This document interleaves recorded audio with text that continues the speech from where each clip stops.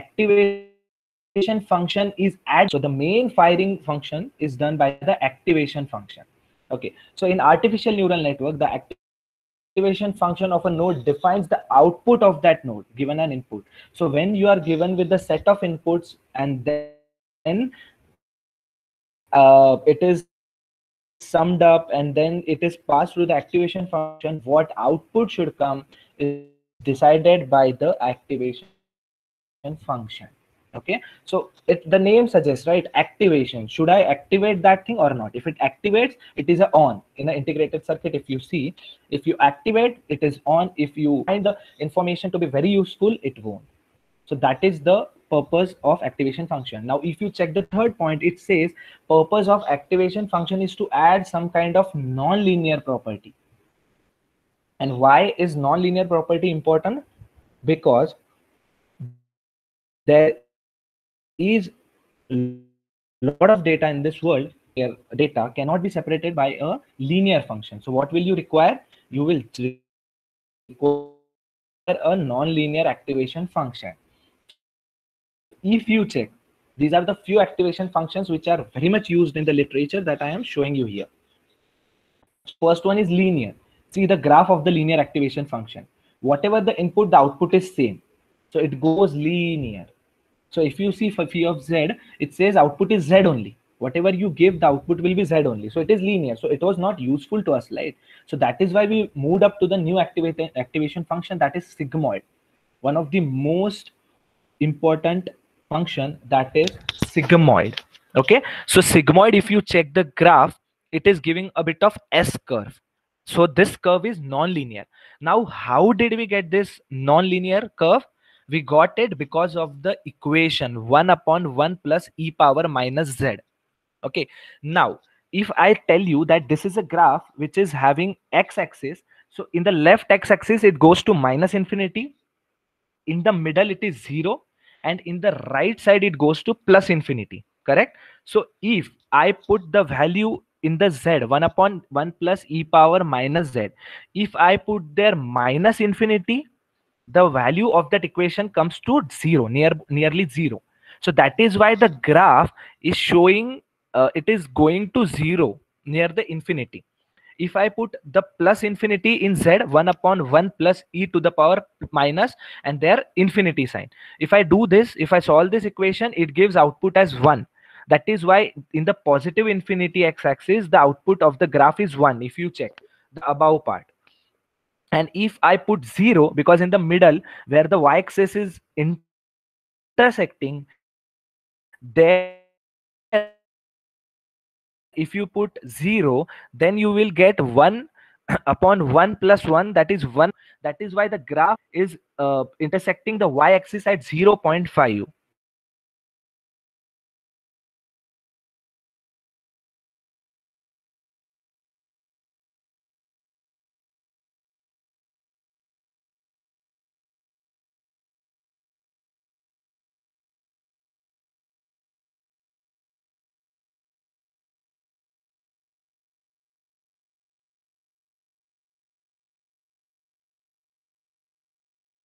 Hello. Hello. Hello.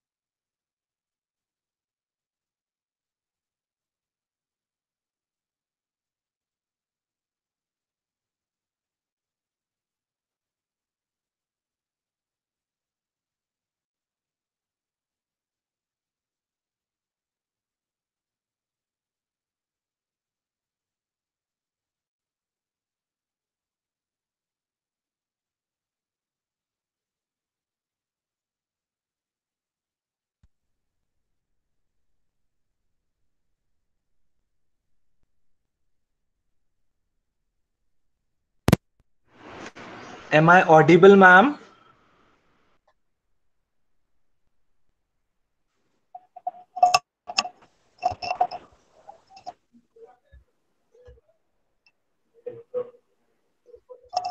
Hello? I think I'm Hello. audible, right? Yes, sir. Audible. Okay. Yeah, You yeah. can continue. Sorry about yeah, yeah. Thank you, ma'am. Okay, sir. Sorry about the internet issues. So yeah, we'll continue with the activation functions here.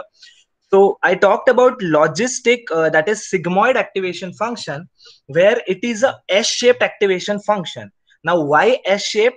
Because even if you give any value in the equation instead of Z from minus infinity to plus infinity, what you will observe is the curve, the value for the curve will reside between 0 to 1, and every value gives it a non-linear shape. So the non-linear function is very much useful for classifying the non-linear data. Now coming to the hyperbolic tangent, that is tan h function. If you substitute various values for z in the equation, you will get the curve from the value -1 to 1. The sigmoid was the one from 0 to 1, and this is from -1 to 1. Just a second, I think the screen is not shared.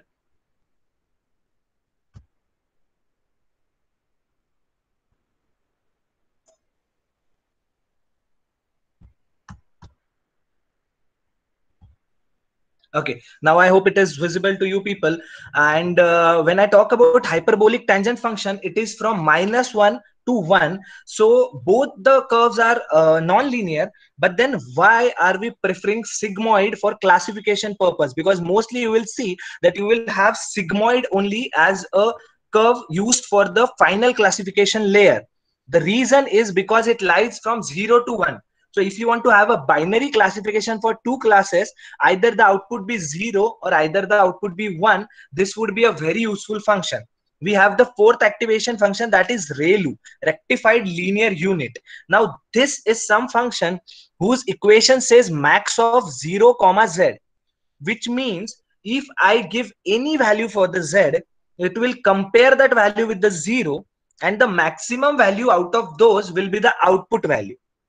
So if I give -3, so 0 and -3, maximum number is 0. So it will print 0. If I give -5, maximum of 0 and -5 is 0. So it will print 0 only. So in the same manner, and if I give any positive number above 0, it will print the same number. So that is why if you see the graph of the ReLU, the negative values are tuned to 0 and only the positive values are taken. So this is a very important activation function where a lot of the values, negative values, can be cut down if you don't want. So ReLU is an activation function which will help you to converge the network faster. Which means if there is any network and you want the network to end fast, converge fast, you won't require thousands of iterations. Within 50 or 100 iterations, ReLU will help you to cut it down fast, to converge fast. Now talking about loss function. So activation function is something that activates, that helps the neuron to fire or not. And if you have to fire, so how do you fire? Within a non-linear manner, you use some activation function. Within a linear manner, you use some another activation function. But now coming to loss function. Loss function is also called as cost function. Now what exactly it is? When you go ahead and do the weighted sum and then try to classify using activation function, it gives some output. It gives maybe class 0. But if the class 0 is the correct answer, then there is no loss or no error occurred. But sometimes if there is some misclassification, if the sample is from class 1 and is mistakenly gets classified to class 0, then there may be a loss, because you have to make the network learn that there is some loss occurred and you need to go again and correct your error. So that is so there the metric used is a loss function. So loss function or the cost function is used for evaluating how well specific your algorithm models the given data. And if your predictions are deviating too much, which means if the output is something else and your output is coming very wrong, then what you will see that the lost function would cough up very much, very large number, because the value would be too big. So that is why gradually with the help of various optimization functions, we can reduce the loss. And how we can do, you can make the system understand that there is lot of loss and error, and then the weight updations will be done, and various parameters will be fine tuned in the network, and all this will be done by various optimization functions. But how do we understand that there is some loss? There are two loss functions that I've mentioned mostly used, which is mean squared error and binary cross entropy. So if you see, this mean squared error is something that we have used yesterday in the numerical. And why is that name? So see, yi first one is the output that is expected, correct output, and yi hat is the output that we have achieved through the system. So we see the difference, that yi is 1 and now yi hat we got the output is 0. So 1 minus 0, so 1 is the error, and we didn't want the negative values, that is why we have squared that thing. So that is why it says that it is the error, because yi minus yi hat, but we are squaring, that is why it is the squared error. And now this is only one neuron is not there, right? There are hundreds of neurons in your neural network, because it's a network of neurons, right? So that is why you are dividing it with n. So that is why it is a mean. So that is why they say it is a mean squared error. Understood? So whenever you want to find the loss, you can find it via mean square error. Also, you can use the binary cross entropy. Binary means 2, right? So it is only, so the equation that you can see, there are two values, yi log pyi plus 1 minus yi log 1 minus pyi. So now if the output is 1 for pyi, so you would see that the second equation 1 minus yi, there you will have 1. So 1 minus 1 will be 0. So the second term will cut down, and you will have only first equation as the error. If you feel the output is 0, then in the first equation yi log, there yi will be 0, so that term will be cut down. So you will have only another term as the error.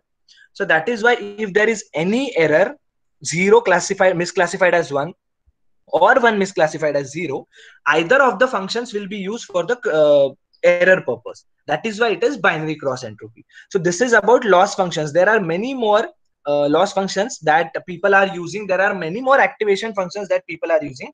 So but mostly used in the literature are the ones that I've mentioned. Also, when you understand how exactly you can calculate the error or the loss in the network, you can design your own loss function or the activation function. And that is the research nowadays that people are doing. Everybody is trying to come up with new loss function which will take all the measures properly. So this is about activation and loss functions. Now the topic that we start gonna today is backpropagation. So what exactly backpropagation is?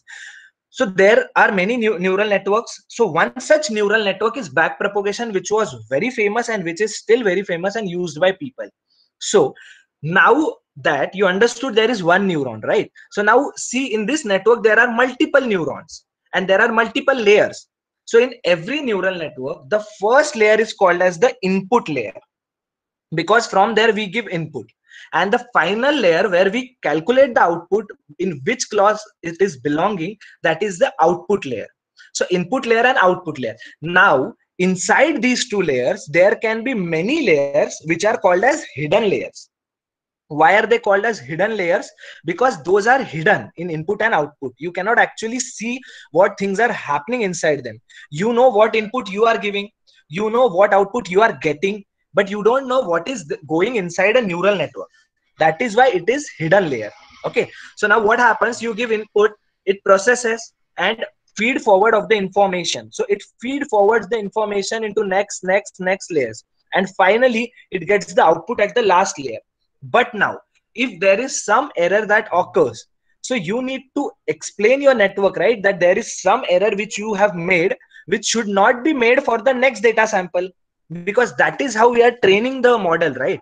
So that is why what we do is, there comes any error at the last layer, right, which comes via loss function. So you give loss function, you calculate the loss, and you understand that there is some loss in the network. So what we do, we back propagate the error, which means from the last layer we give it to last but one layer. Then last but one layer modifies some values. Then it says that, okay, I had made some mistake which I have now modified. Now give it to my previous layer, because it is not only my mistake, it can be done by the previous layer also. So that loss is again given to the previous layer, and every such layer then updates their own information, that is, they update their own weight. because of which the loss has occurred, and then the info comes back and back to the input layer, still the input layers. So every layer as it passes, the value of the loss reduces, because initially if the loss is 3, then in the previous layer they take some mistake, they update some weight, then the loss becomes 2.5. Then again in the previous layer it becomes 2.3. Coming to the first layer, the loss nears to 0, which means all the loss that has occurred in the network, now every weight, every layer has updated their information for the new upcoming sample. Now you get the updated weights for the second sample. So now new sample, again input goes, it goes at the end, it classifies properly. Then you come back, you don't update any weight because the classification was correct. Now again you give some input, you find some error, again you rectify the error. So now if you give 800 samples, in every sample this keeps on happening. So in 800 samples, at the end of the day, you get the final trained model with the perfect weights. And now you give test data, and test data is helpful to classify and see if the output is correct or not. But remember in life that when you give test data, you do not come back to back propagate the error, because that is not the training phase. So if in the test data you give 10 samples initially and all 10 samples are misclassified, now you cannot do anything in the network, because whatever you had to do, you had to do in the training phase. So that time only you could modify the weights and all the parameters. Now you cannot do anything. Now you just have to pass all the left 200 samples for the testing purpose, and you have to see at the end that what was the output desired to come and what is the output that we have got. So out of 200 samples, if 100 samples are correctly classified, 100 are wrong, then you say that it is having an accuracy of 50%. My model is giving 50% accuracy. So this is how backpropagation works. Okay. If you see, yesterday we saw a derivation. There is this equation which talks same.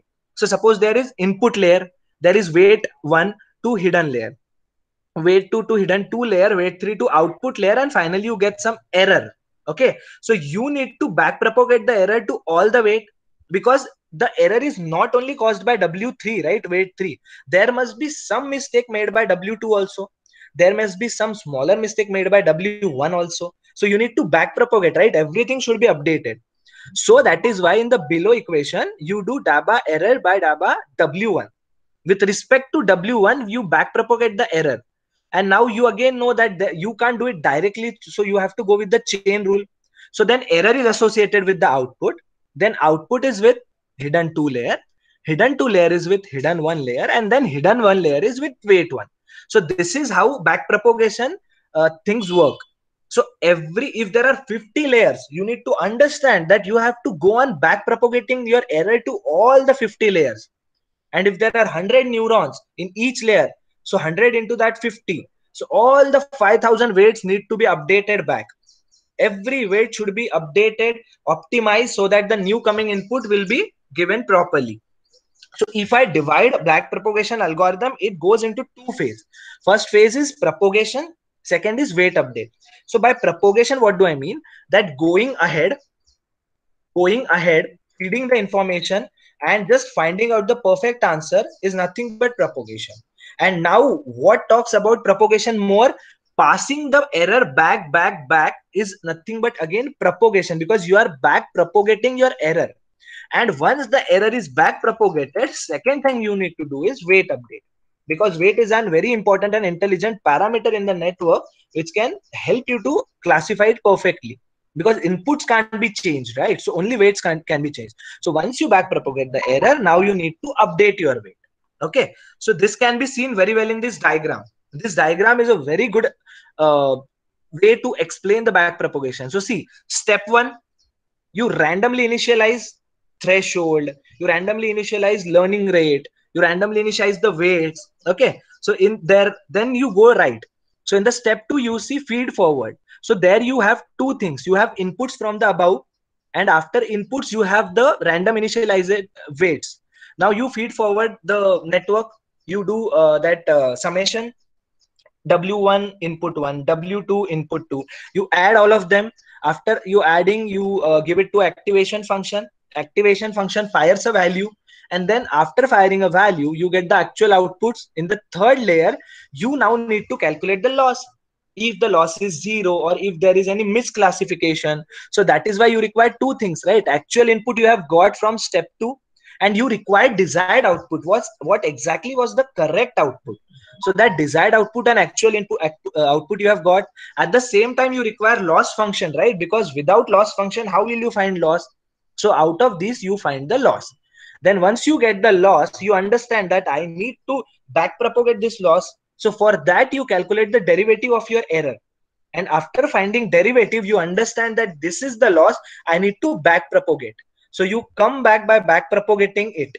After the back propagation in step 5, now step 6 remains to update the weight, because now the error is back propagated. So now you will update the weight. But now, is the job done? No. This will go again to the weight model, and step 7 says that you have to keep on repeating this, iterating this until the convergence. What do we mean by convergence? It may be, if we have run the code for 1000 iterations, let it be there for 1000 iterations, this loop. Second thing may be, until you get the most optimal and the most best parameters, most best weights, keep on doing this. So these can be two ways until you can keep on converging it. Or you can keep some criteria.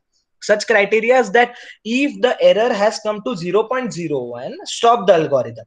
So even if you run the 100 epochs and in 30 epochs only the error minimizes too much, you can stop your algorithm there also, because that much error is bearable to you. So this is the way how backpropagation algorithm works. Now I want to clarify one more thing.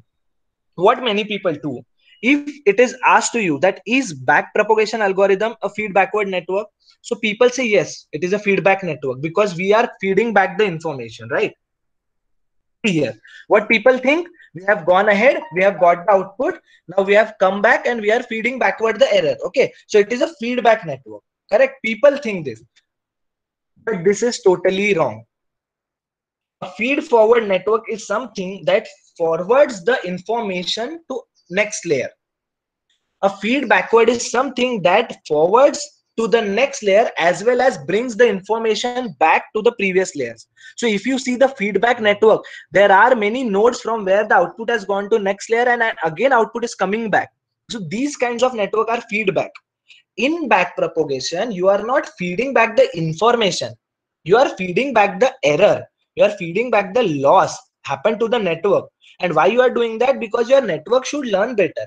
It should the weights that were wrong, it should again make it clear, and it should make correct weights now. That is why you are giving it back. You are not giving it back because it's a feed backward network. So keep that in mind. Back propagation is a feed forward network. The network will only be called feedback network when there is any input from front node to the previous node, any previous node. Okay, so clarify that thing. Every network that gives the information ahead and ahead and ahead, it is a feed forward network only. Even back propagation is one such. Okay, this is all about back propagation. Now let us talk about image and some convolution operations that we are supposed to. Image. So many of you may be familiar with image. Image is nothing but we have this 3D world. It's in 3 dimensions, XYZ. You can visualize it very properly. But then if we want to represent this 3D world into 2D thing, a 2D image, so a 2D part that is in X and Y axis, then we have something called as image. Okay, so it's a representation of a 3D world into 2 dimension, an image. Okay, so in anyhow we stand and we have 3 dimensions, people are standing ahead and back in the photograph, but in 2D world you see it on the same slide. So that is an image. So image consists of the most basic element that is in the image. Whatever we call dot is called as a pixel. So in image you deal with the pixels. So image is nothing but it consists of a rectangular array of dots called as pixels. And how do we say the size of image? It is said as width by height. What is the resolution we talk, right? 720 by 640. So that is nothing but a width by height ratio thing. And that is 720 cross 640. If you multiply and that number you get, those are the number of the pixels that you obtain. Okay, so when we say f of x comma y, because in the third point it says that an image is a 2D intensity function f of x comma y. X is your x-axis wala y and y is y-axis. So x by y, it gives you two different things where it brings to a single point, that is a pixel. Okay, and x and y is the width and height thing. So an image is a two-dimensional representation of a 3D world. And most importantly, you need to take one thing in mind, that whenever it is visible to you, right?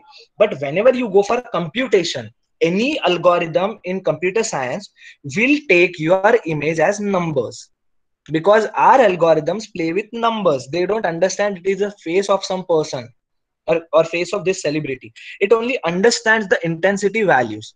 Okay, and that is why the image is represented as the matrix, rows by columns. Now, what exactly is the intensity value? What exactly is the number in there? So if you know, image can be of two types. It can be a white and black thing, gray level thing, and it can be a color thing. So if you talk about this gray level thing, here I am showing you, there is an image out of which small part is cropped, and that looks something like this. So these are the pixels, small squares. So some is gray, some is white, some is black, some is very dark black. So if you talk about the white pixel, it is having the intensity value 255, pure white. And if you talk about the dark black pixel, it has the intensity value 0. So any picture which is a black and white thing, so the values, intensity values range from 0 to 255. 255 is the plain white thing, and 0 is the black thing. Okay, so these are the numbers that we will feed to a network, and these will be the numbers on which the computation will take place. Never think that the computation will take place on any color or something.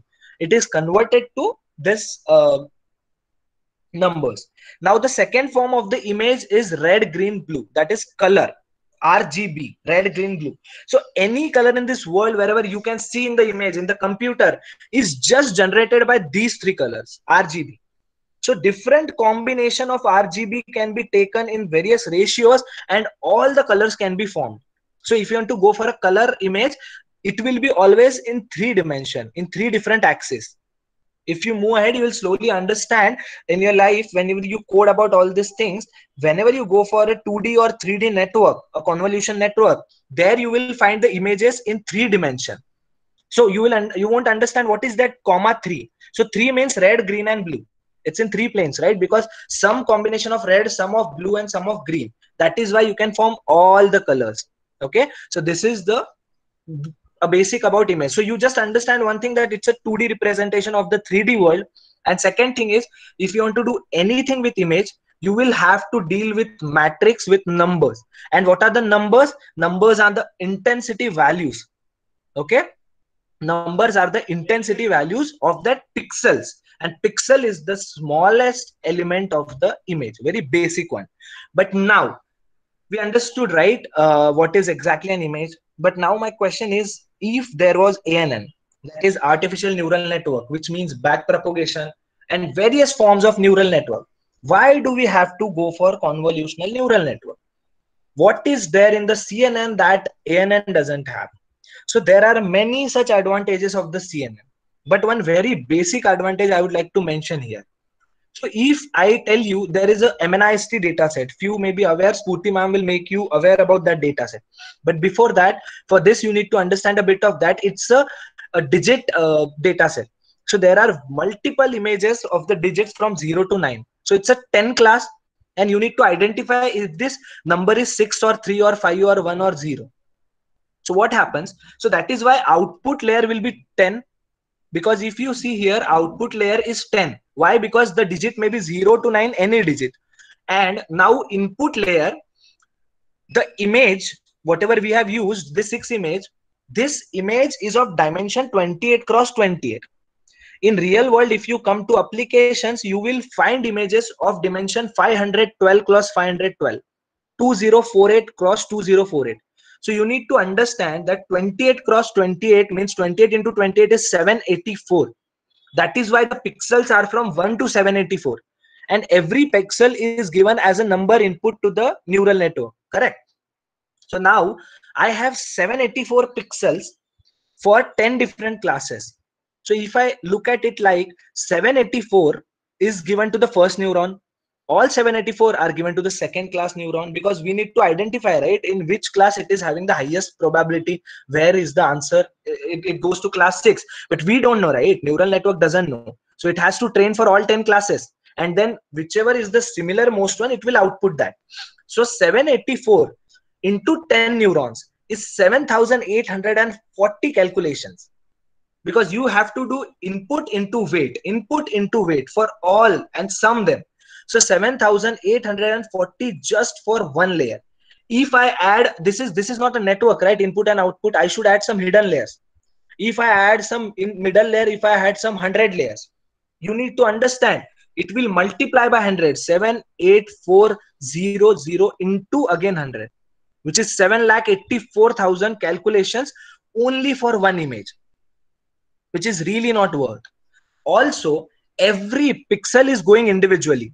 1, 2, 3, 4. You see, 784 pixels all are going individually. There is no spatial information taken care of, which means, does the pixel 1 care about the pixel 2 besides pixel? No, it does not. But if you understand, if you go for segmentation or object detection or classification in an image, definitely 2 pixels are somewhere correlated, right? Nearby pixels. If there is a cat and you talk about the cat image, there are many pixels nearby which look like same, right? Same color. So that is why spatial information is very much necessary, and that will be taken care by convolution neural network. Here artificial neural network doesn't do that. Okay, so that is why, to avoid all these issues, spatial information taking care, and also lot of multiplications are happening here, and that is why we go for convolutional neural network. Now let's come up to correlation and convolution. Now we'll talk about basic properties of convolution and correlation. Okay, so see, correlation was one term that was developed, and second term that was developed is convolution. So they are almost the same, but there is a slight difference. What is the difference? That if you just flip image, if you just flip the filter for the convolution, the correlation and convolution will be matching. Okay, so these are two different properties in an image. And what are these properties? These are some operations which will be useful to extract some information out of image, because at the end the goal of the machine learning is to classify the data, right? So you will require some important and relevant features. So to extract these features, to extract this information, you will go with the correlation and the convolution operations. But more importantly, convolution is something which have many such properties which are something that we want. So we won't go for correlation, we will go for only convolution. Now these are very simple to be analyzed, understood, and they can be computed very efficiently. We'll talk about them in detail. Okay, now if you see here, I am talking about the correlation property, what exactly it does. So first listen that there are something called as filters. Okay, and filters are something which are very much important things in the CNN. What exactly a filter is? A filter is also called as a kernel. What exactly a filter is? When you had artificial neural network, the important information what was there, it was in weight. The most intelligence and the smartness lies in the weight. In the same manner, if you talk about the convolution neural network, the most important information resides in the filters. Okay, so that is why all of the CNN, the most important thing you will do is to choose the filter very smartly, because filter is something that will help you to extract very relevant information. So for now we have just chosen a one-dimensional array. Okay, 5, 4, 2, 3 something. So that is why what we'll require is a filter which is also one dimensional. So that is why we have chosen the filter 1 by 3, 1 by 3, 1 by 3, which is one dimensional. Now when I say that I am correlating here, what I am doing, I am multiplying every element by element. 5 is multiplied by 1 by 3, 5 is multiplied by 1 by 3, and 4 is multiplied by 1 by 3. Because there also we used to do input into weight. In the same way here also, input into weight. Weight is nothing but filter. And after you get 5 by 3, 5 by 3 and 4 by 3, again you have to go for summation. So in the same manner you do summation. So summation of 5 by 3 plus 5 by 3 plus 4 by 3 comes out to be 14 by 3. Understood? So you have got an output that is 14/3 after correlation. So if you see the formula down, that is the same. The first formula is F, that is filter into I image. And why there are two different formulas below and up? Because first one is one dimensional, another is if the image is two dimensional. It's a matrix if it's not an array. So that is why we are having F and I of x comma y. Now that small bubble that you see, that small circle, is a sign that it is a correlation operation.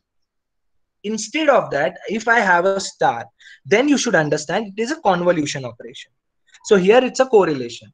So in correlation, if you see the formula, it says f of I, filter of I, will be multiplied with image. And this filter into image values will be multiplied, and then summation sign is there. So that is why summation will be done for all of them. Okay. In the same manner, in the below formula, two summations are there because you are going in the x and y direction parallelly. It's an image, right? So it's a matrix. So you need to traverse x and y, row and column. That is why there is x and y. That is why there are two summations. So this is a correlation property. This is something that I talked about filter. So a filter is a set of learnable weights. Learnable weights which are learned using the backpropagation algorithm. We told, right? We backpropagated and then there was some error. Then we updated, and that is why the weight was updated. And weight is nothing but filter or kernel here. So what you can think of filter, it is something storing a single template or a pattern. And how is it a pattern? I'll show you in the next slide. But you may be having a question that image size may be 28 cross 28, 500 cross 500. What is the size of the filter? So filter size can vary from 1 cross 1 to 2 cross 2, any. But remember, always keep the filter size in between to 3 cross 3 to 5 cross 5. And most suitable filter size will always be 3 cross 3. Never go for 5 cross 5 or 8 cross 8. Because what will happen if you put any big filter on an image? You are doing operation for a single pixel. When you do it for a single pixel and you sum up the so many around values, what happens is the middle pixel loses its value. It is the summed average of all the around pixels, right? That is why we just want 3 cross 3, means the neighboring pixels will be averaged and it will be inputted in the middle pixel. But if you give all the so much big values from around, the middle pixel will lose its own importance and you will get bad results. And the intelligence lies in the filter. See, how do I say intelligence lies in the filter? So if I talk about, see, there is a 5 cross 5 filter here. It is called as a Gaussian filter. If you know about a Gaussian distribution, in the middle it will be on the top and then it will distribute slowly besides. So see, how did I do? I was having any data. I was having an image with all the values 1 1 1 1 1 1 1 1. Now what I needed to do, I needed to build a Gaussian curve out of that data, and it was not possible because all the values were 1. So it was a flat surface. So what I did, I convolved it with a filter, this one which I am showing. So if you observe, in the middle most value it is 41. The value is very high, and the besides value are 26 and 16, which means it is a bit small. And then again if you go ahead, it is again small. So if you can observe, in the middle the value is very small. So if you multiply, that is if you convolve this with any image, the resulting image numbers will be same, kind of same. It will be multiplying in this ratio. So that is why the middle numbers will be very high and the around numbers will be slow. And now if you small, and if you plot this Gaussian curve, that data, you will find something as this Gaussian curve. So how could you do it? It was only possible because of the filters, right? Without filters, it was not possible. So intelligence lies in filter. So there are different types of the filters that I am mentioning here. See, first one is the identity filter. It doesn't do anything. Why? Because in the middle value, it multiplies with the 1, means the same number remains, and the surrounding values are multiplied with the zeros, which means there is no importance. It doesn't change anything. The numbers will be 0 only around. Only the middle number will be the same. Now, if you go for age detection, if you want to detect the age, look at the third filter in the age detection, where 8 is in the middle. All the surrounding values are multiplied by a negative number, which means the number goes in the negative range. So all the pixels become black. And the only middle pixel is multiplied by 8, which means the number goes very high. If the number goes very high, it is nothing but a white range. That is why you are getting the edges of that camel's face. So that is why that is an edge detection filter. Now there is a sharpen filter, Gaussian blur filter, box blur filter, and there are thousands of filters there. Also, you can develop your own filter in any CNN, because again, you cannot change the data, but you can change the filters at least very smartly. So one observation that you should do here is, image is something that I didn't change. But if you observe only with the help of filters, see in the right side how different images I could obtain with the same data. So one same image, and you are getting so many different varieties of images for your processing, and that is all about image processing. So you can modify the filters accordingly. See here, just a small example of how convolution works. So image and kernel. Kernel is nothing but filter only, and second is image. So how do? You multiply it element by element. So first 0 is multiplied by 2, plus that -1 is multiplied by 2, plus 0 is multiplied by 2, plus -1 is multiplied by 2. And this is how all the numbers get multiplied with the respective elements. And then what you obtain is the addition, and that is the output value. So the resultant new image will be having the output values after convolution. Because see, you couldn't do anything with the image, right? That is why you required some parameters to be modified, and there you got the kernel or the filter. So these are the small multiplications that can be done. Now I talk about convolution. I told you it is same as correlation. Only the thing is we can flip over the filter before correlating. So when we do the flip for the filter and now do the same correlation operation, it is called as convolution. But if we understand that if the filter is symmetric, it is 1 2 1. So even if you flip it, it will be again 1 2 1 only. Okay, kind of palindrome, madam, something like this. So if you flip the symmetric filters, it will be the same. Then you can say that correlation and convolution operations will be identical. Okay, and now I talk about the formula. So in this formula, if you observe, instead of that bubble or circle, there is a star for both the things. And the second observation that you can make is, there it was I of x minus I, and here x plus I, and here it is minus I. Wait, I'll show you. So here it is x plus I, y plus j, and here it is negative. If you observe, there are these two differences. First one is the bubble and the star, second one is the minus and the plus. So what is that difference? Check here. This is above one is correlation, below one is convolution. Above one is positive, negative, below one is negative. So see, there are two matrix or the images in the middle. So in the left one, it is for correlation, and in the right one, it is for convolution. So in the correlation, what you are doing is, you are doing it from, so what we are doing it for the middle 0 0 pixel. This is the middle 0 0 pixel for which we are going to process. So it is 0 0. So initially you have in the above formula minus k minus k. Okay, so suppose this is 0 and this is 1 now. So -1 -1.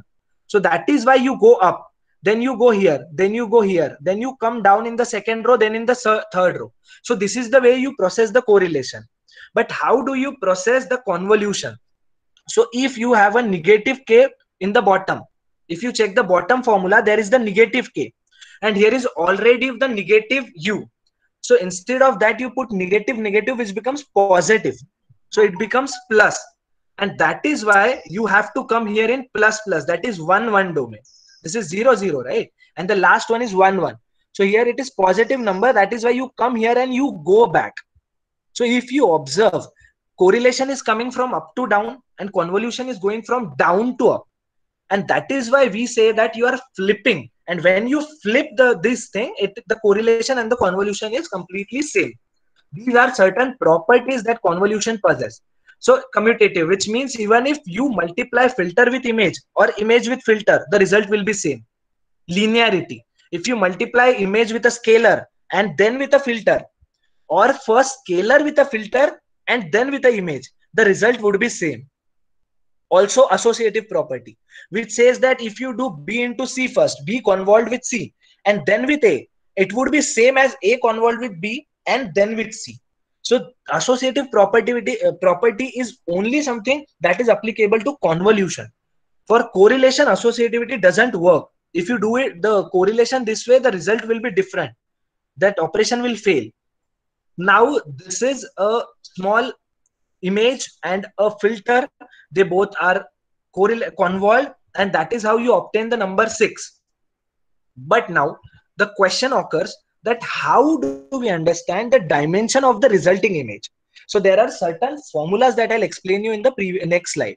So first, you just need to understand that 7 is multiplied with 1, then that 4 is multiplied with 1, then that 3 is multiplied with 1, and the middle row is multiplied with 0. Sorry, middle column is multiplied with zeros, and third is multiplied with -1. And then you get the final output as 6. So this is the basic convolution operation. Okay. Now, there are few more added things. One is striding and padding. So many people must have heard striding and padding in the code, but they don't know. So what exactly striding is? So striding means shifting it beside. So if you are doing convolution of a 3x3 filter, so there is a 6x6 image. Now there is a 3x3 filter. So see, there is a red filter that I have kept on the image. But now, once I do the convolution, I need to shift that filter besides. So I will shift that filter in the right side. And if I move by one column, that means the stride of 1. Okay. If I move again with one column, it is the stride of 1. There is no padding involved here. I'll tell you what padding is on the next slide. See, this is striding 2. Why it is striding 2? If you see, first red is for 3 columns and 3 rows. Now, I left the first column, I left the second column, 1, 1, 2 and 2, 1, 4. Both the columns I left, and the purple part is the second convolved thing, filter over the image. So there are 2 columns that you have left, and you have moved ahead. And again, you left 2 columns for the purple and went to the yellow. So that is why the stride is of 2, because you are leaving 2 columns. Okay. So now understand, what difference did it make? So it made a difference that if we have done stride 1, we could get more pixel as an output. Now we left stride 2 directly. So if the application doesn't demand too much of nearby information, you can keep more stride and move your kernel ahead and ahead in a fast manner. And if you require that every nearby pixel is too much important, then you can keep stride 1. And by default, the stride will always be 1 only. Because definitely once the first 3 blocks are done, it will go to the besides block. So by default, stride is 1.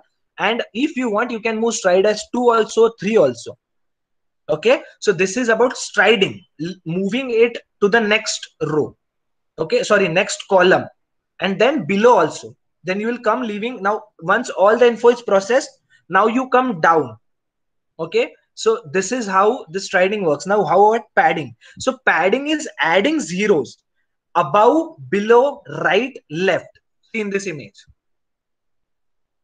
I have added zeros as 2 rows in the upper and the lower part. I have added zeros as 2 columns in the right and the left part. Now, why did I do this? Because here when I did convolution, the first red part, it was done for the middle one. If you can see this cursor, the whole of the information is getting processed for the middle one, because the middle pixel is something for what we do the convolution of the filter. And that is why, see, we could obtain a very smaller resultant matrix 3 by 3. So the information which was at the outside part, the most right, left, up and down rows and columns, that information is lost. We are not taking care of that. So that information also we need to take care, right? So we added zeros. So once we added zeros, now our filter is completely like this. Correct? So that is why now the information is getting processed for this one also. And that is why we do padding. So if I say padding 1, I add a row and a column of zeros up, down, left and right. If I say padding 2, then I add it up, down, 2 rows and 2 columns. Understood? So this is striding, padding, and that is the convolution. Okay. Now, one more operation is pooling. What exactly pooling is? Pooling can be many types. So I have introduced 2, max pooling and average pooling. So every 2 by 2 block you have to take. So first red block you took. Now for the max pooling, you will pick the maximum number from this, which is 20. And see, you put 20 here. In the second block, 30 is the maximum. You did 30. Here 112 and here 37. So 112 and 37. So what has happened? From a 4x4 block, you got a 2x2 block. And the most important information, 20, 30, 112 and 37, you have taken out. So data dimension reduction is something that has happened here. So that is why pooling is important. If you want average pooling, what you can do here, complete square is there. No, out of this, add all these four values, 12 plus 20 plus 8 plus 12, divided by 4. And the number that you get, you put here. That is nothing but average pooling. So pooling is one more concept in this. Tomorrow in the LayNet and ResNet, you will have to know all this concept. What is pooling? What is convolution? What is striding? What is padding? Okay, now only 2 slides have remained. Listen focusfully. I am talking about the dimensions of the image. You would say that how do I know what is the dimension of the resulting image? So always remember that the image size is n cross n. Okay, so if it is 512 plus 512, we keep it as n is 512. And the filter size is always taken as f cross f, which means it is suppose 10 cross 10, 5 cross 5, 3 cross 3. So f is 3. So if you are doing image, which is n cross n, and now filter f cross f, after the convolution, the resultant dimension of the image will be n minus f plus 1 cross n minus f plus 1. How we will see in a example in the next slide.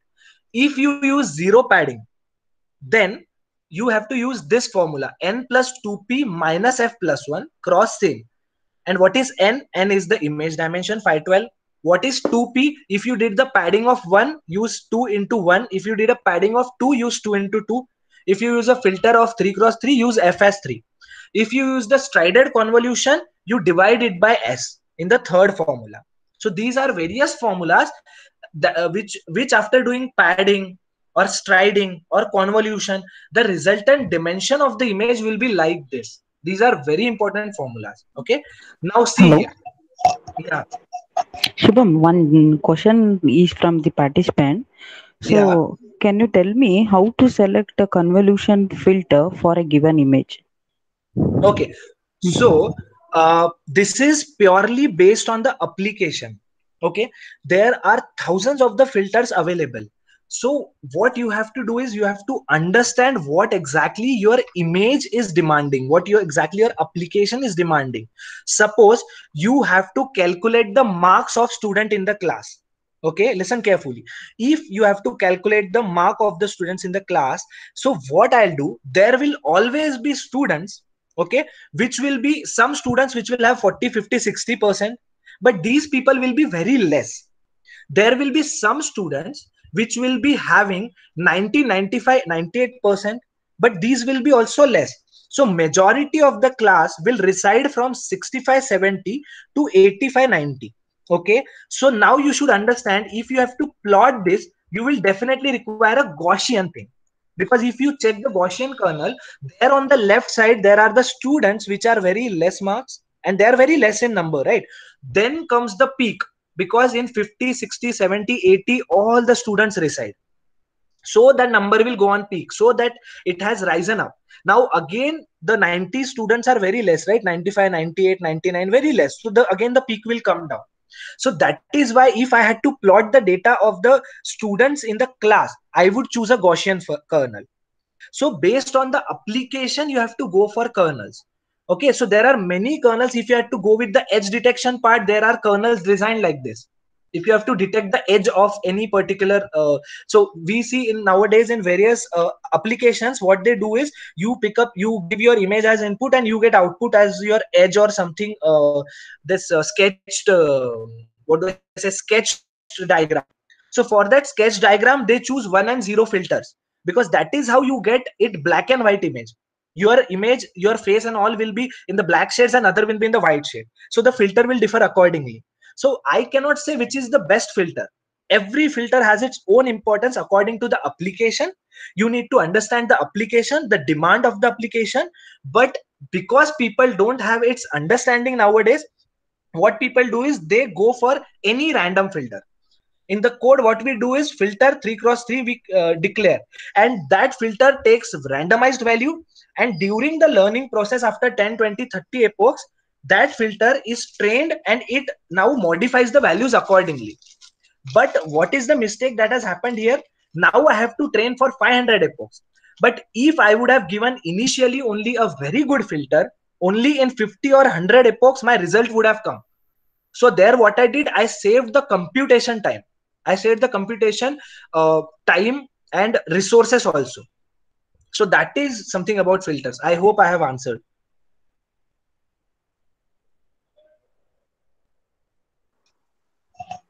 Yeah, you can continue. Okay, thank you, ma'am. So I discussed about this formula, right? So this is the last slide. You just understand how exactly did it work. So I said n minus f plus 1, right? So see the image in the top. I just took a 3 by 3 image. So that is why the n is 3 cross 3. So n is 3. Now I took a filter, a 2 cross 2 filter, which is f cross f, which is 2 cross 2. So f is 2. Okay. Now I put this filter over this image here. See here in the first part. I convert what I did 1 into 1 plus 1 into another 1 plus 1 into 1 plus 1 into 1. So I got 4 values. I got 1, 1, 1, 1. That is 4 values here, 4 number. So that 4 number I put here. In the same manner, then I did this filter moving beside, see here. So here also I did the same operation. Then I got the another value that I put here in the second box. Then I moved the filter to the bottom part. Then I did one more operation there. Then I did to the besides part. So I could observe 4 values. So after I do the convolution of this filter on this image, I got the resultant matrix as 2 cross 2.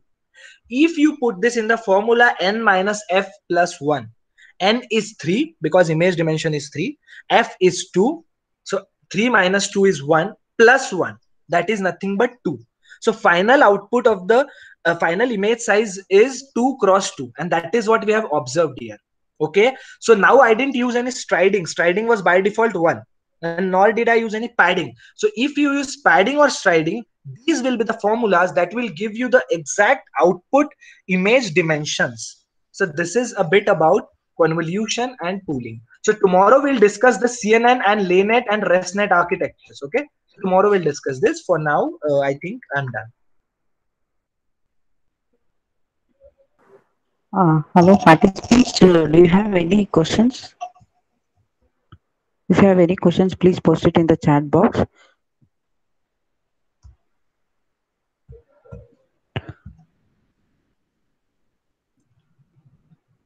Also, we'll be sharing you my email ID and Spurti's email ID. Anytime you have any doubts, not only today, because you don't have much idea about these concepts today.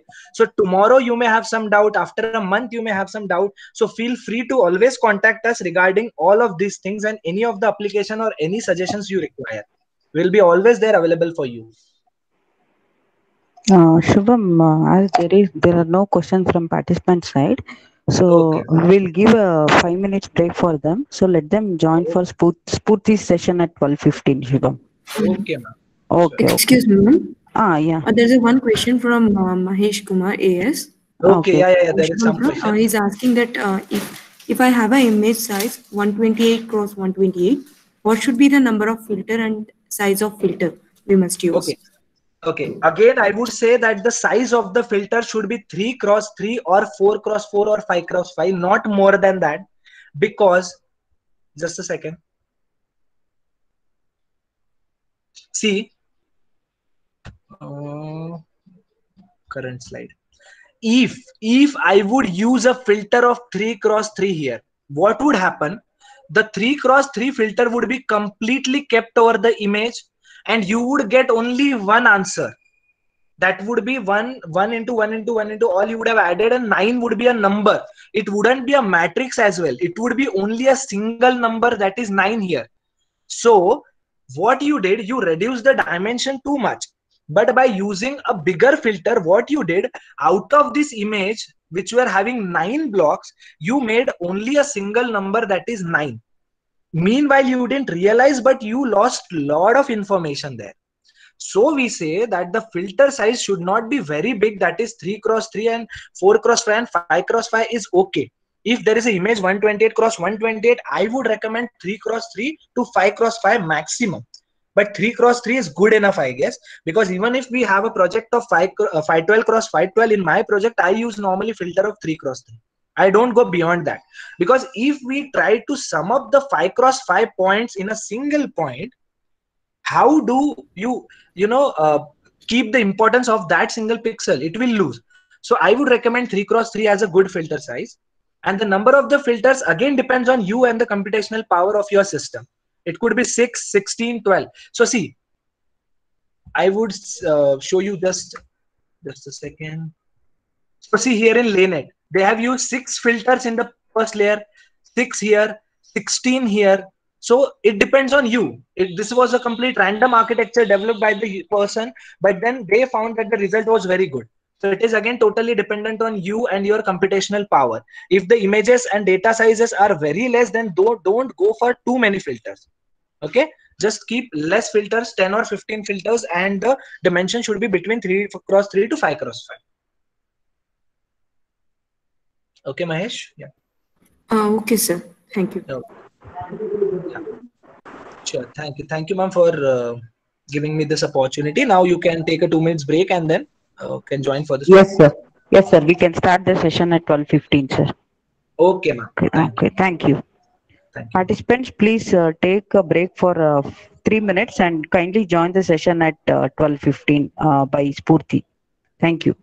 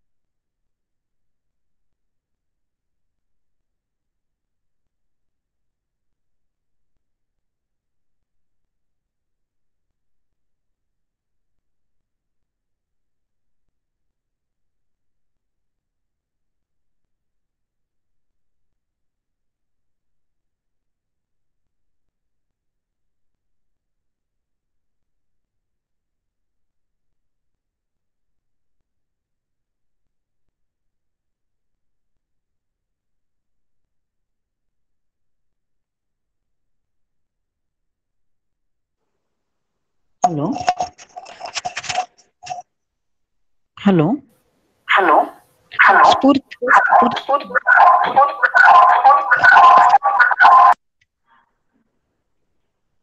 Hello, Spurti. Hello. Hello, yes, ma'am. One second. Hello. Hello, good afternoon, everyone. So today, for this session, we have a resource person, Spurti V from NITK Surkatkal. So we welcome you, ma'am. You can start. You can over to you, ma'am. You can start the session, ma'am. Ma'am, am I audible? Yes, ma'am. You are audible. You can start, ma'am. Yes, ma'am. One second.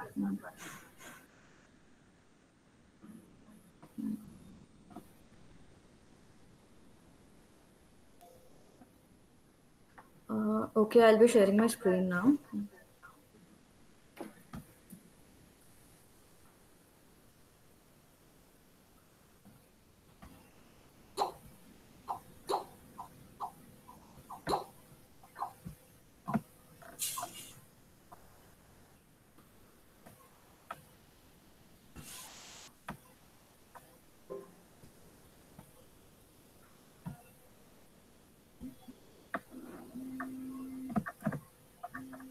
Ma'am, there's little issue. I'll just.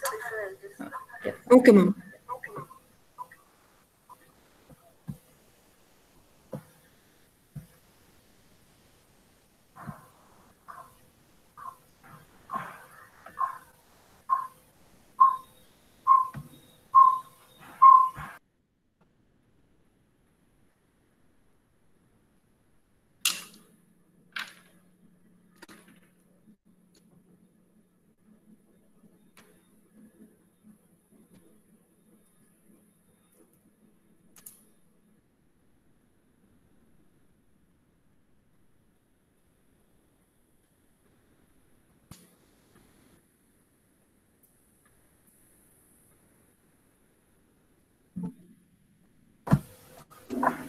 Hello.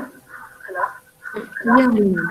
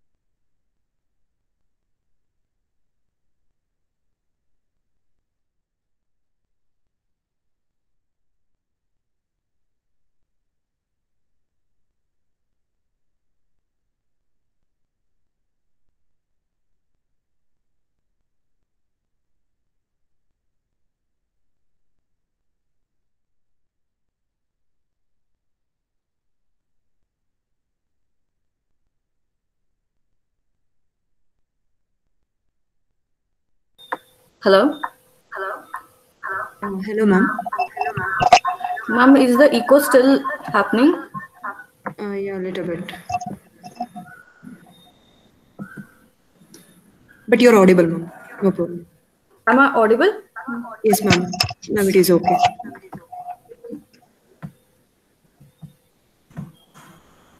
Yes, ma'am. You can continue. You can start the session, ma'am. Yes, ma'am.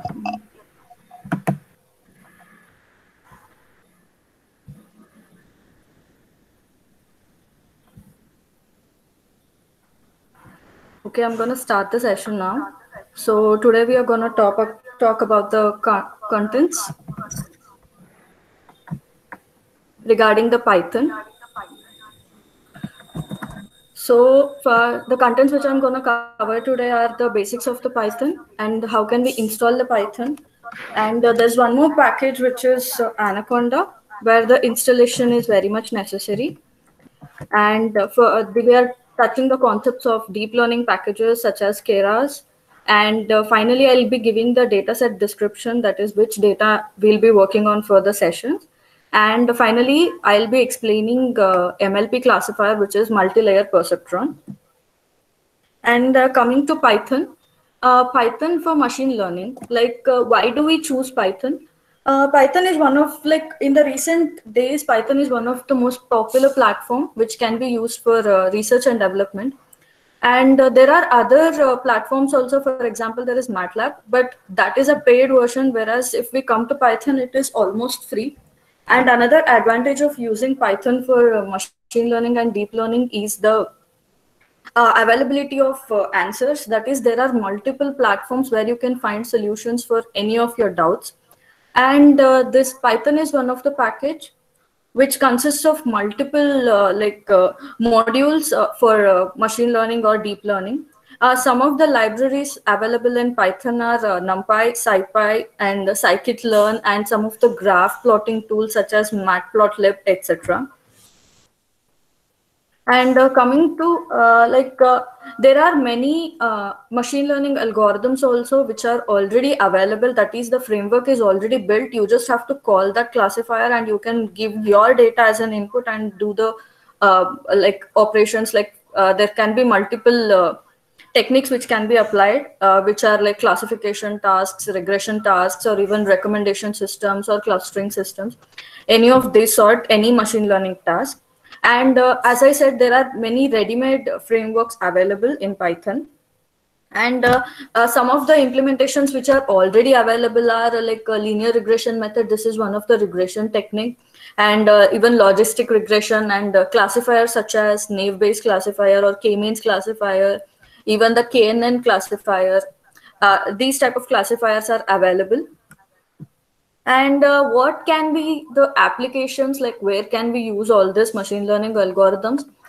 Recently, like the only motive of the machine learning is to automate each and every process. So there are various applications which can be found in machine learning algorithms, which can be one of them is the vision processing. That is like image processing, we can tell, or it can be language processing, which can be like natural language processing techniques, and even the weather forecasting tasks, or even stock market forecasting, that is prediction tasks. And another one, a major thing is pattern recognition. Nowadays, there is AI in even the games, and there are many data mining tasks also. In robotics also, we use machine learning and deep learning algorithms. And coming to how we can do the problems, like there is a series of steps by which we solve any problem. The first step in doing any project or a machine learning project is to define a problem. That is to understand what is your final motive. Like you need to do a classification task, or you need to do a clustering task, or you are doing a prediction task. So first you have to define your problem. And next, the next step will be preparing data. Let me tell you, in the first place, data is one of the most important criteria which you need to solve any machine learning or any deep learning problem. If you have proper data with actual values, and there are like very you should not have any wrong data, because it can affect the performance of the system. So preparing data should be one of the most important or vital vital step.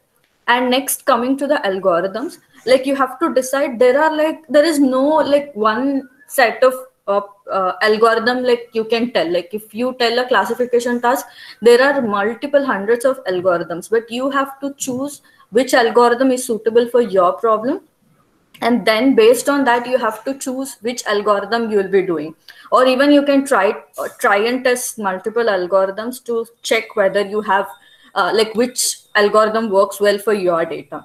And next, coming to the problem, there are like you use an algorithm and you attain some result, but that's not the end. Like there are like, while you can tune the algorithm, you can tune the parameters, and you can get you can even improve the results whatever you have got. And the final step will be presenting results. Results is not that it results only in one value. There are multiple way where a problem can be defined, or where a problem can be measured. I'll be talking about the performance metrics, that is how you can like analyze your system, how well it performed. There are multiple metrics which you can analyze your system, so I'll be talking on that. And presenting results is also one of the key criteria, like how you present results. There can be multiple things, such as you can tell your model performs best in terms of time, or you can tell your model performs best in terms of space, that it's like it is almost equal to the current system, and it is even taking very less space. So there are multiple way you present your results. So these are the 5 important steps where you can solve a problem. And coming to the Python libraries, there are some of the algorithms which are used for in machine learning packages. Sorry, in machine learning. Like one important one is NumPy. NumPy is one such package which is used for doing array operations. Like for example, it can be any arrays, it can be like even matrix operations. So to load the data, to perform tasks on the data, you use NumPy library. And then coming to the pandas. Pandas is like, usually the data can be in multiple forms. So it can, if your data is in, like for example, let's say it is in an Excel sheet, you have some certain data. So to load that files and to create, it is also a kind of array operations only, where you store the data, but here it has additional loading functions also. Like you can create a data frame, that is to store the data. You can create particular like it's kind of, if you say in C language terms, it's kind of a variable where you can put your data in. And next, coming to one of the important library function is matplotlib. This is one of the functions which are used to plot the graphs. Like your results visually can be represented based on graphs, like how, like for example, if we take CNN, there are multiple epochs which you compute. Like you don't stop at one epoch. Epoch can also be called as like multiple times your data is run with different set of weight values. So how will you know at what point of time, like at what epoch, how your system is performing? So this for this you can use this library or package which gives you graph or plot to understand what is the loss at certain epoch, or what is the accuracy at certain epoch. These kind of things can be plotted using this package. And next, coming to scikit-learn. This is one of the package which includes like the data frame, the frameworks for machine learning algorithms. That is, this consists of clustering algorithms or even classification algorithms. It is called either scikit-learn or also called as sklearn. This is one of the most important package which we are going to discuss today.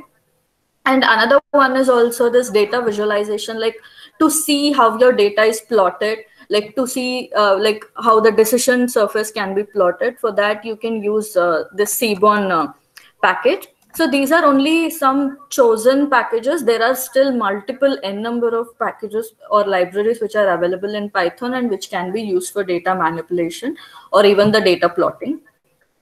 And coming to the installation, So Python installation, I don't know how many of you know this, but I'll just give a gist how you can do the installation.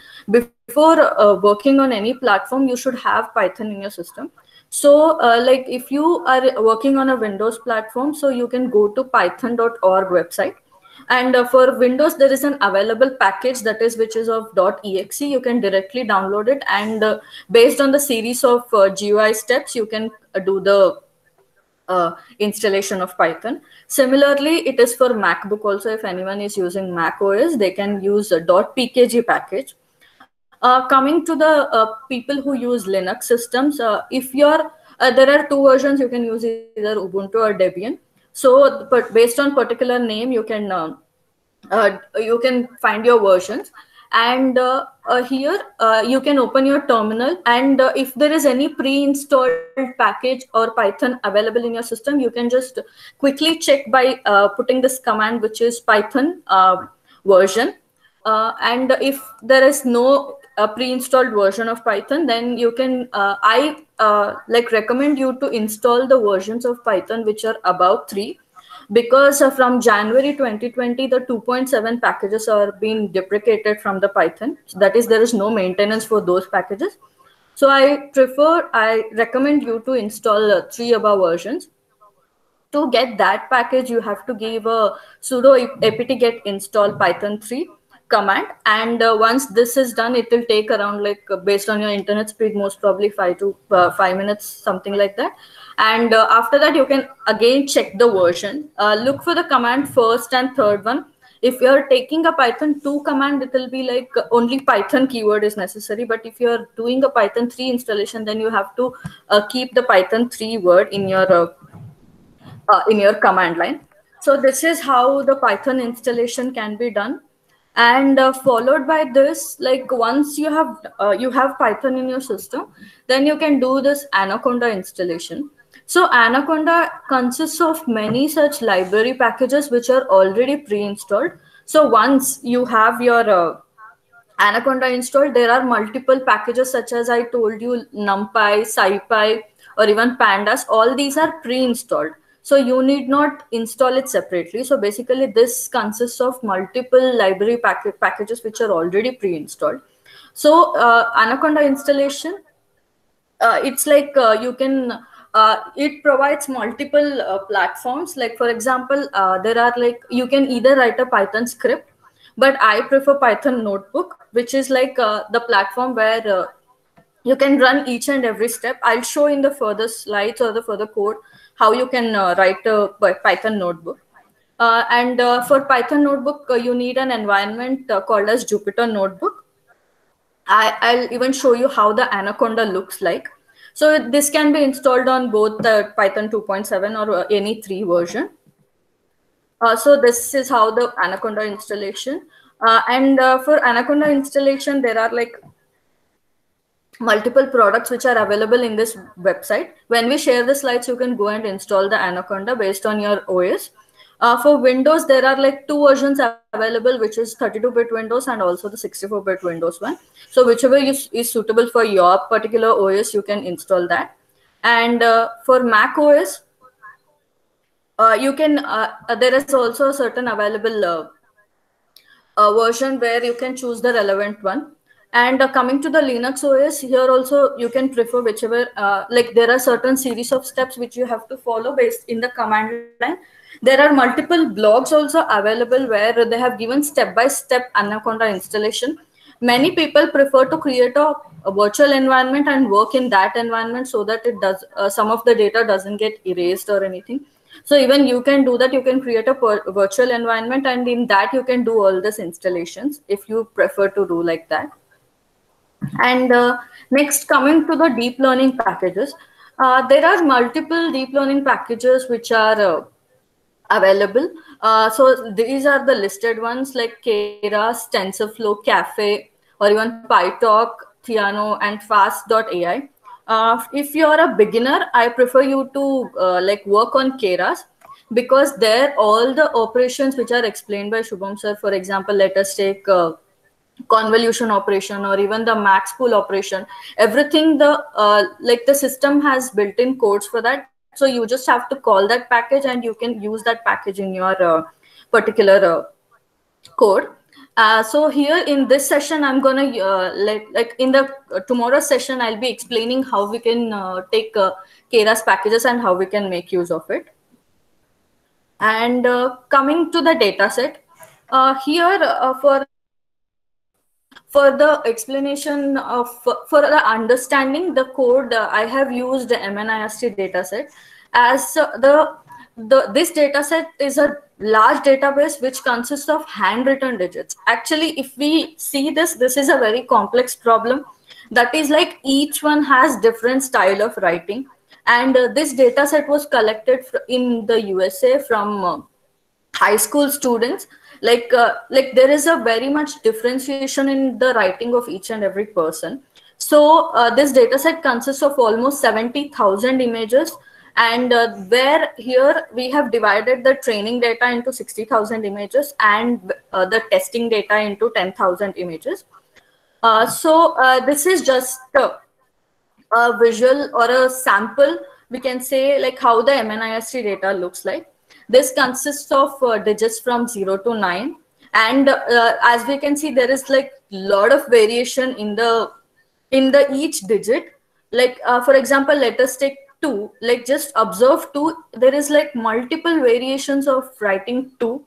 So we can see that how complex this problem is. Like it is very easily recognizable from a human eye, but can we automate this for the system to detect, like even if it is written in multiple types, can the system detect this? So that is our problem today which we are going to solve, and this is the data set which I'm going to use for today also and for the tomorrow session also. And coming to the performance evaluation, as I explained you before only, like we need some metric to tell how our system behaves.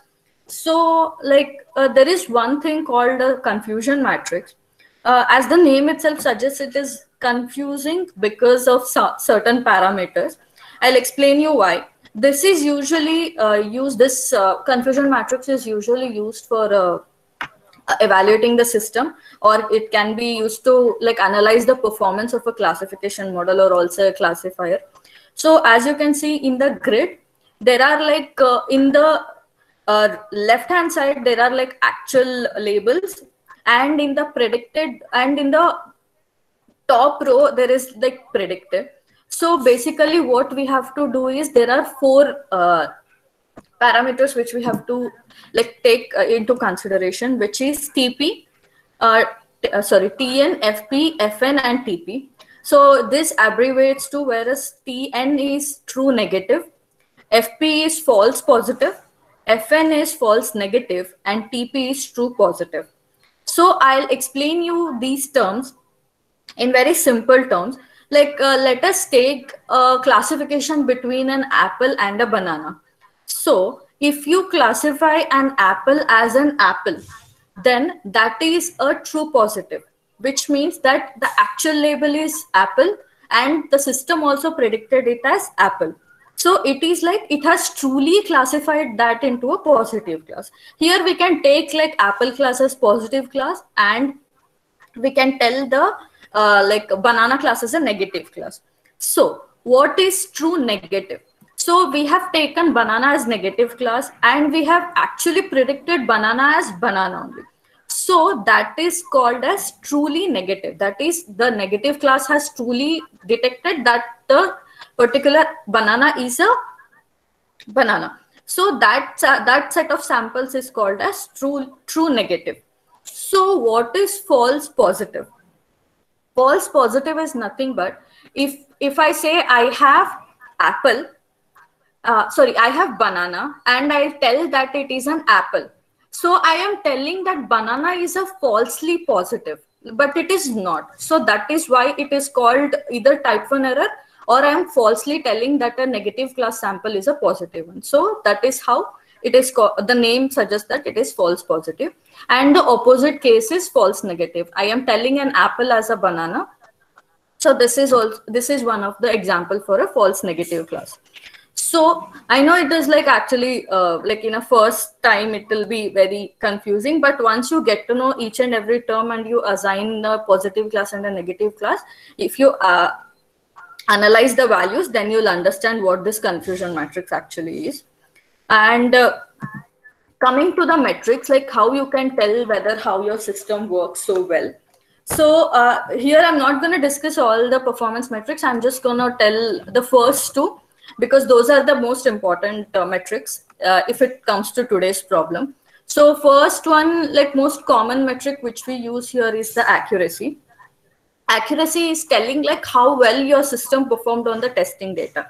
So for that, I'll just consider the true positive value, that is the true positive and true negative values. That is, if the system is able to put the labels, detect the values as correct class labels, whichever has been the actual values.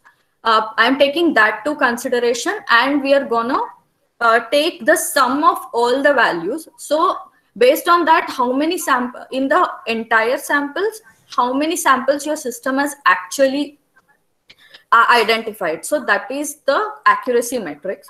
Similarly, the error rate is how many samples your system has misclassified. That is, it has put into either false positive or false negative class. So this is the error rate. So these two metrics I'm going to take today. And without wasting much time, I'll just go to the coding part. Like I'll just tell what is the today I'm going to explain the MLP model.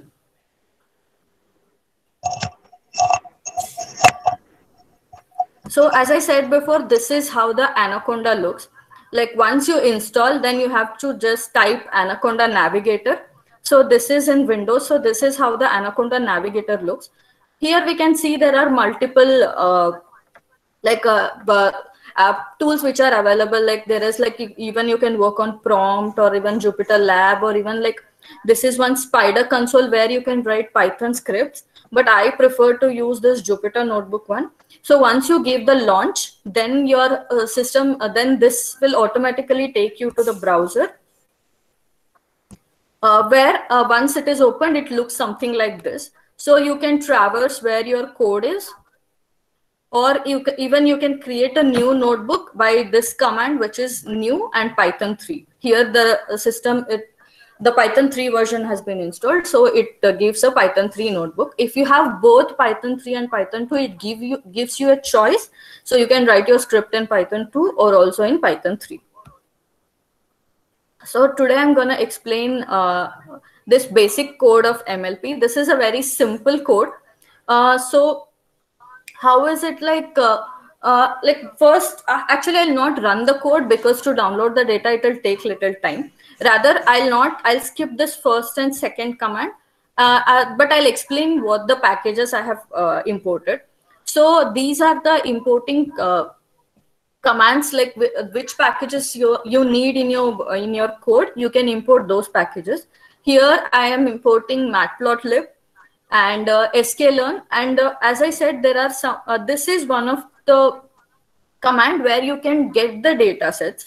Like the MNIST dataset, it is one of the very famous dataset, and it is already there in sklearn and also in Keras. So you can directly import. You need not download the data and import it.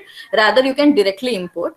So here I'm taking from the dataset, I'm importing one of the package called fetch OpenML, which can be used for importing my package, importing my dataset.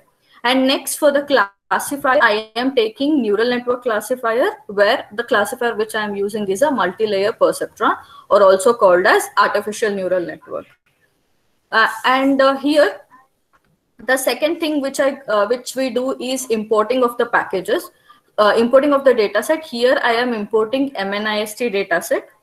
And once I get the dataset, I am going to normalize all the values so that there is no much bias in the data. So I do this division by 255, because to normalize the values. And next, I have to rescale the data. That is, we have to split the data set into training and testing data set.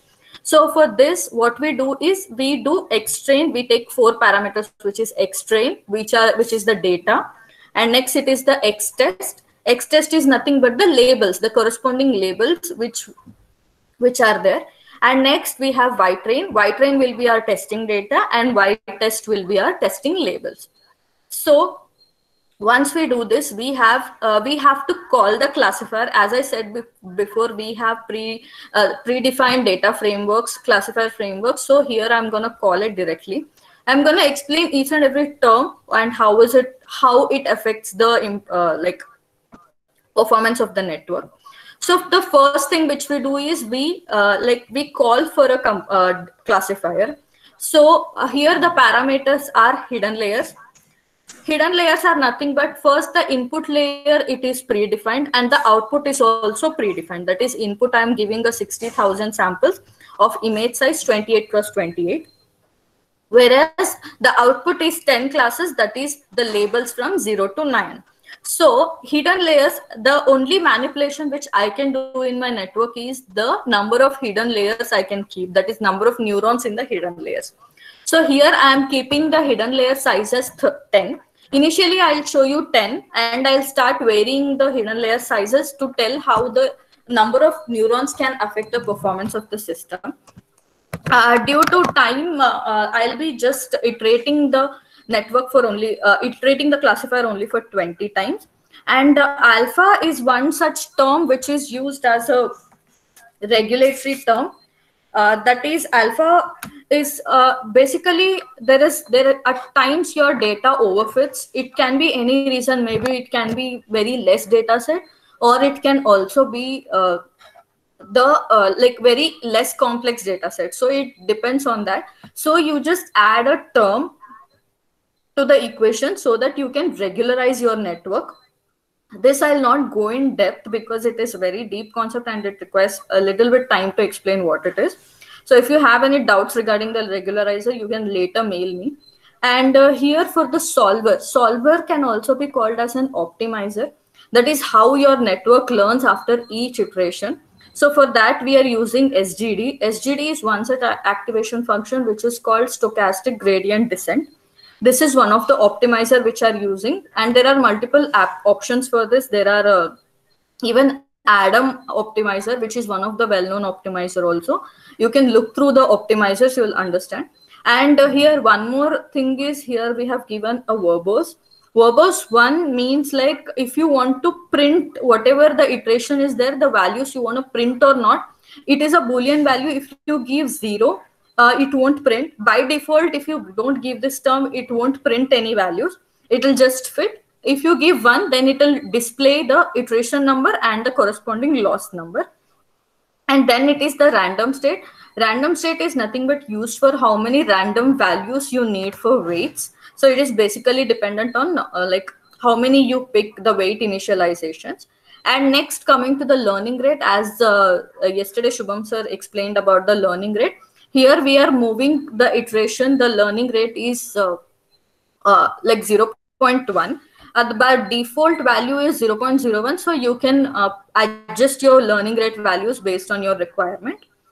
And next, the important step here is to fit your model. Like first, fitting your model is nothing but, in other terms, it is training your model. So MLP.fit is like MLP is your classifier, and you're fitting your data, that is your X-train and Y-train value, to that particular MLP classifier. So I'll just run and show you. This is a 20 iteration one. So you can see that there are 20 multiple iterations in this, and the corresponding loss which is occurring after each iteration. So if you keenly observe the screen, it shows that in the first iteration, the loss is 0.48, which is more. Here, the concept is the less the loss, the well your network behaves. So after each iteration, your loss is getting reduced. That is, in the first iteration, your loss is 0.48, whereas in your last iteration, your loss is 0.26 value. So here, due to time constraint, I have kept only 20 iterations. If you keep more iterations, usually the iterations can be kept like from 100, 200, any number of iterations. So based on that, you can see like even there's a warning that they are telling like only for maximum 20 iterations, the optimization, that is the final convergence, has not been performed yet. So you can either increase the iterations or you can reduce the data set. You can do either of them, but reducing the data set is not an option. So you can increase the iterations, or you can even make the model more complex by increasing the hidden layers. So these are all some of the tuning parameters which you can opt to improve the performance of your model. So now I have done the training of the system. Now I have to see how well my system performed. So here I am printing like the training score and also the testing score. If you see the training score here is like the system has trained till 92%, like, and it is resulting in a testing score of 91%. So here score means the accuracy value, as I explained before. So my model out of 100, like if you take a sample of 100, the model correctly classified 91%, 91 samples are correctly classified, and rest 9 are misclassified. So we can just here is one more plot I'm showing. This is just the weights, it is just a visualization of weights, like how the weights are appearing. I know it's not that clear, but the weights value actually in turn affect the performance of the system. That is how well the weights are trained, that well your system behaves. Here in the next MLP classifier, I'm just showing like I'm increasing the hidden layer size. Here I'm putting the hidden layer size as 30. So we can observe how the performance of the system is improving. It's not necessarily that the performance of the system always improves. There might be chances that the performance of the system can decrease also. So the main factor of decreasing of the performance is the overfitting of the model and also very limited availability of the data. So based on that, you have to tune your model like how well your system can perform. So here let us fit our, let us train our model. We'll see how well the system is performing. So if we observe here, the model loss is starting at 34, that is 0.34. And at the end of the iteration, it is almost giving 0.05. So we can see how well the model has learned. There is very minimal loss, that is 0.05 is a very minimal loss which has occurred. And let us predict like how well the system has done. So here I'm printing the testing and training score. So if we see there, we got the training as 92. Here we have got the training accuracy as 98. So just by increasing the number of neurons by 20, we have got this well training accuracy. And also not only training accuracy, we have an improvement in the testing accuracy also, where we have got 96% of the testing accuracy. Now coming to, as I said before, this is how the confusion matrix for 10 classes look like.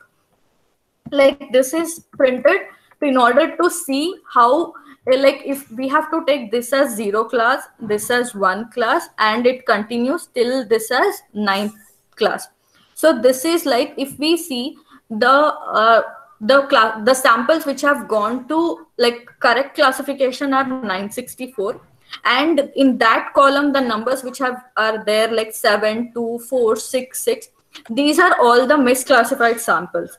So here it gives an analysis like how your system has given how many samples to each class and how many number of samples are misclassified. Next, again, coming to one more command which can be used for analyzing other other metrics of a system. Here we can have there is one command called as classification report, where you feed in the y-test value. Y-test value is nothing but the actual labels, and y predicted values are actually the predicted values. That is what your system gave. This is these is given to the data set before. That is only in the training time. Just remember this. These values are not given while the model is getting tested. This is just for the comparison. We see like whatever the system has predicted, is it correct or not. So for that, there are like multiple metrics. One is precision, one is recall, another one is F1 score. And here we have even the accuracy, that is the average accuracy of the previous 30 hidden layer system is giving us 97%. So this is how it works for the 30 hidden layers, and these are the learned weights, how the weights are getting learned. And next, coming to, I have given one more command where I have increased the hidden layer sizes to 50 to see how it works for 50 hidden neurons if we kept in a hidden layer. I have not changed any other parameter. I'm just tuning the number of hidden layers. There you can even tune with multiple other parameters also. You can change the solver, you can change the number of iterations, you can change the learning rate, and there are other multiple parameters also which you can add it in the classifier. So if we see how the iteration works for how the model is training for this, here also we can see the model loss is initially it starts at 0.32, but while decreasing it comes at almost 0.02, which or even 0.01, which is like the lowest loss in amongst the 10, 30 and 50 layers. So if the loss is very less, then it directly indicates that the model has trained very well. Let us see if that really reflects in the testing score. Yes, it does. Here the training accuracy has reached till 99, and also the testing accuracy is also 97%, which is the highest amongst the three. You can even try if you see the weights of the 30 hidden layers and the 50 hidden layers. Here we can see there is a lot of the weights have learned. Even you can try to differentiate using the weights also. So this shows that the model has learned very well, and this is one of the basic MLP classifier which you can test. There are multiple other sklearn packages also. There is like other classifier called as SVM, which is support vector machine. There are even Gaussian classifiers or even Bayesian classifiers. So you can try and explore. Once you get into depth of it, you can try and explore more and more classifiers. This is just the introduction of machine learning classifier, and tomorrow we'll be touching the deep learning classifier part. So if you have any doubts, you can ask.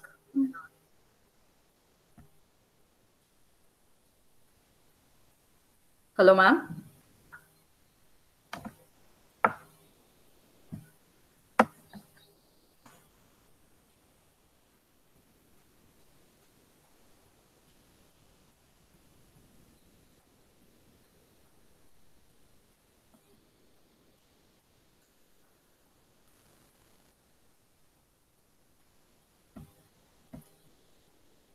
Chetna, ma'am? Yes, ma'am, tell me. Ma'am, I'm done for this session. Like, if there is any doubts, they can either ask or they can mail me. Dear participants, if you have any questions or query, you can put it in the chat box. Spurti, I have a doubt. Yes, ma'am. Yes, can you tell me the difference between false positive and false negative? That confusion matrix, what you have actually explained. the thing is, there are two types of errors. One is type 1 error and other one is type 2 error. So false positive is if there is, like, for example, there is a like, for example, there is apple, we'll consider that as a positive class, and we have a banana class, which is a negative class. So if I tell that banana is a apple, so I am falsely telling that banana belongs to the apple class. So that term we suggest as false positive. That is, banana is getting misclassified to apple class.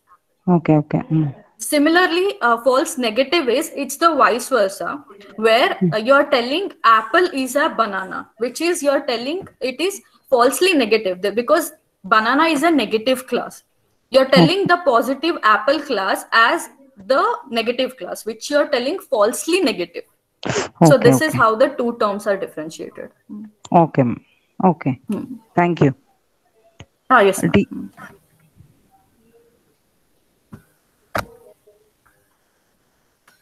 Participants, do you have any questions? You can post it in the chat box.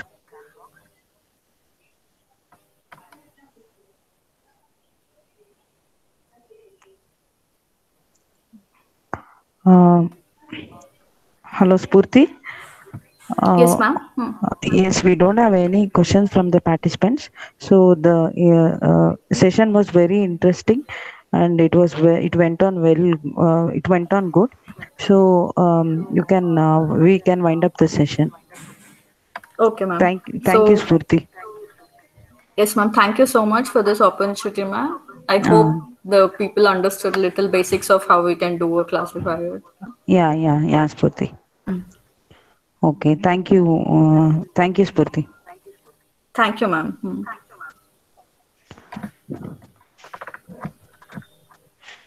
Participants, we are sharing the link of the both quiz followed by the attendance. So please fill that form before 1:30. So it will be active till 1:30. So we are winding up the session. Tomorrow we are having a session by Shubham and Spurti by at 11 o'clock. Kindly join the session. Thank you.